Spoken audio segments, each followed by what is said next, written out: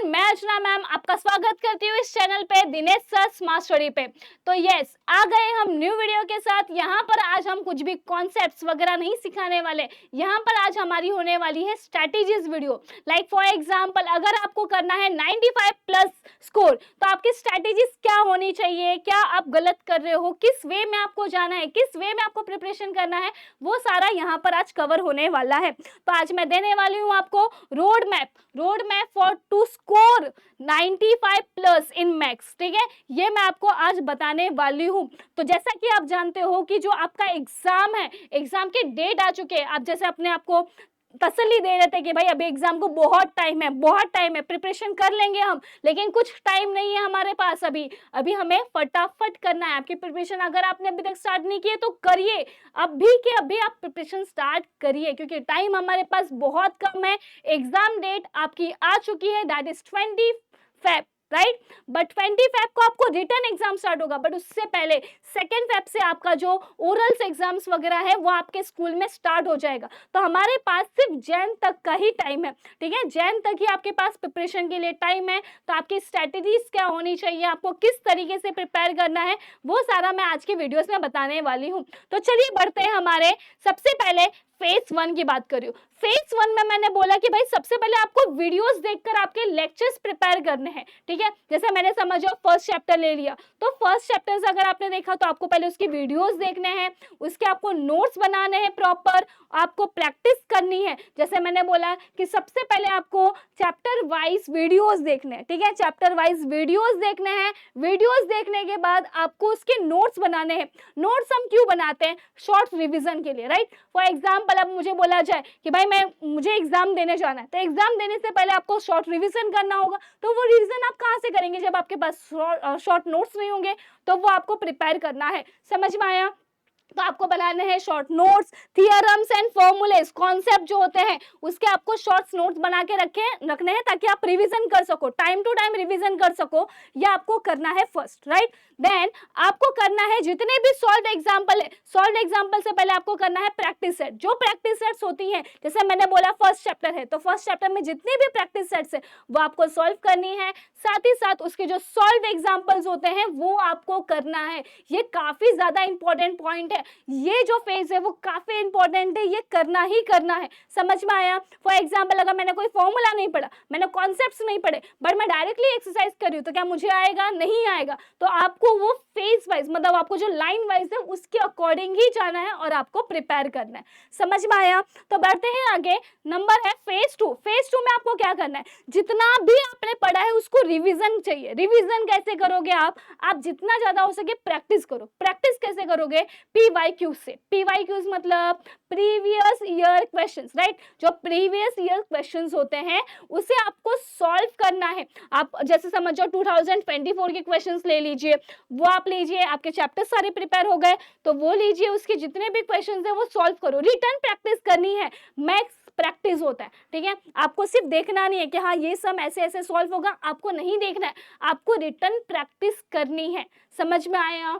ठीक है, नेक्स्ट आपको क्या करना है, और जितने भी मॉडल क्वेश्चन पेपर्स आपको मिलते हैं, ठीक है, वो मॉडल क्वेश्चन पेपर्स, बहुत सारे डिफरेंट बुक्स होती हैं, तो मॉडल क्वेश्चन पेपर्स आपको लेने हैं और वो भी रिटर्न प्रैक्टिस करनी है। लिमिटेड टाइम रखिए, जैसे अभी 2 आवर्स का एग्जाम होता है हमारा, तो आपका 1 आवर 30 मिनट्स में पेपर सॉल्व करके हो जाना चाहिए। मतलब आप ऐसे लिमिटेड टाइम आपके माइंड में रखिए और उसके अकॉर्डिंग आप एग्जाम देने बैठिए। समझ में आया? तो इस तरीके से आपको प्रिपरेशन करनी है।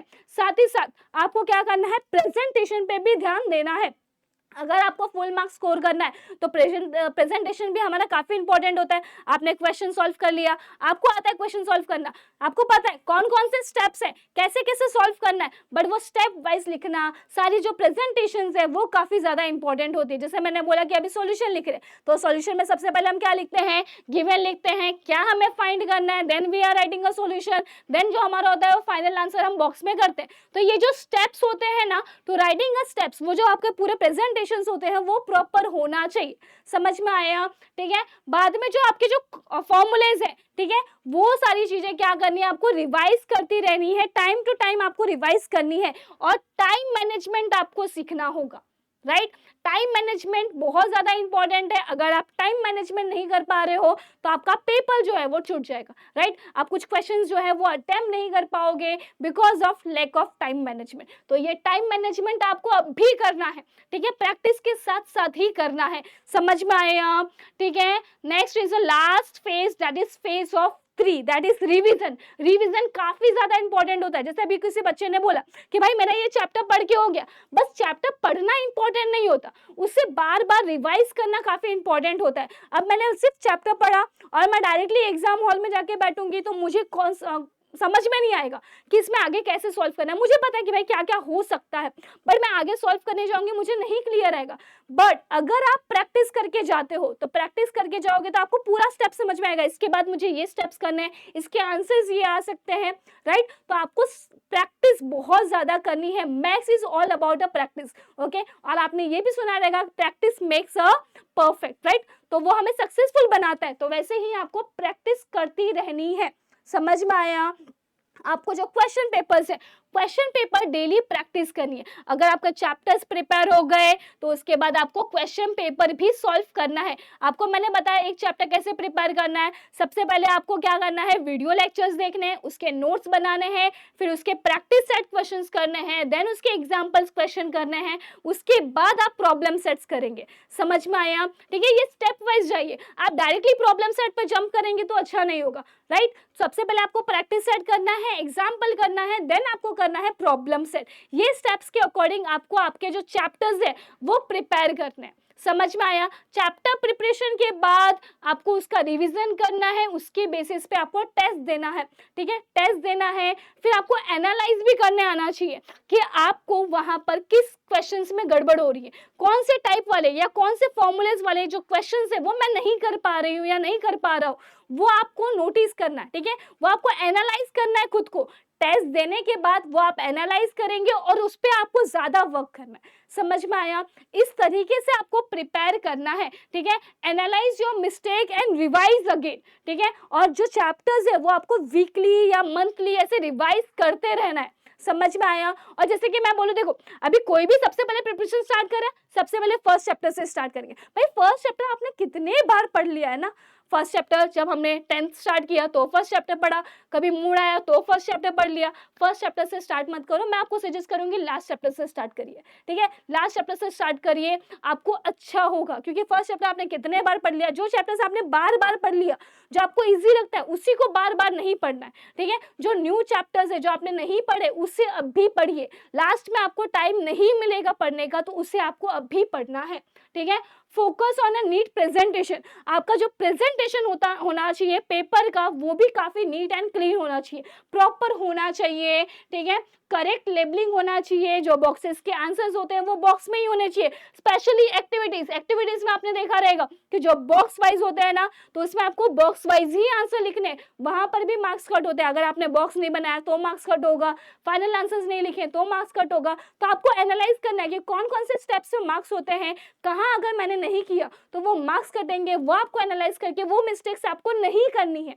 समझ में आया, ठीक है। रिवाइज योर फॉर्मूला जो होता है वो एवरी मॉर्निंग आपको रिवाइज करना है। जहां पर भी आप स्टडी करते हो वहां पर एक डेस्क जो भी होगा वहां पर ये स्टिक कर लो, जो फॉर्मूलेज है वो स्टिक कर लीजिए और उसे आप कंटिन्यूअसली रिवाइज करते रहिए, ठीक है। जब हम किसी चीज को बार बार देखते हो तो वो हमें याद हो जाता है। सो इन द सेम वे अगर आप फॉर्मूले को बार बार देखेंगे तो आपको याद हो जाएगा, ठीक है। तो आगे अब ये जो पॉइंट्स है वो काफी ज्यादा इंपॉर्टेंट है। जो हार्ड चीजें होती हैं उससे हम स्किप कर देते हैं, बट मैं बोलूंगी जो हार्ड चीजें हैं उसे आप पहले करिए। जैसे हार्ड चैप्टर्स हैं या हार्ड कोई थियोरम है जो आपको लगता है उसे आप सबसे पहले करिए। समझ में आया। जब हार्ड चीजें हो जाती है ना तो इजी वाली चीजें जो हमें और ज्यादा इजी लगती है, राइट। तो ये आपको पहले करना है। डू चैप्टर वाइज एनालिसिस, और आपको चैप्टर वाइज एनालिसिस करना है, ओवरऑल एनालिसिस नहीं करना है। सबसे पहले आपको चैप्टर वाइज एनालिसिस करना है कि आप कौन से चैप्टर में किस टॉपिक में वीक है, उसके अकॉर्डिंग आपको प्रिपेयर करना है।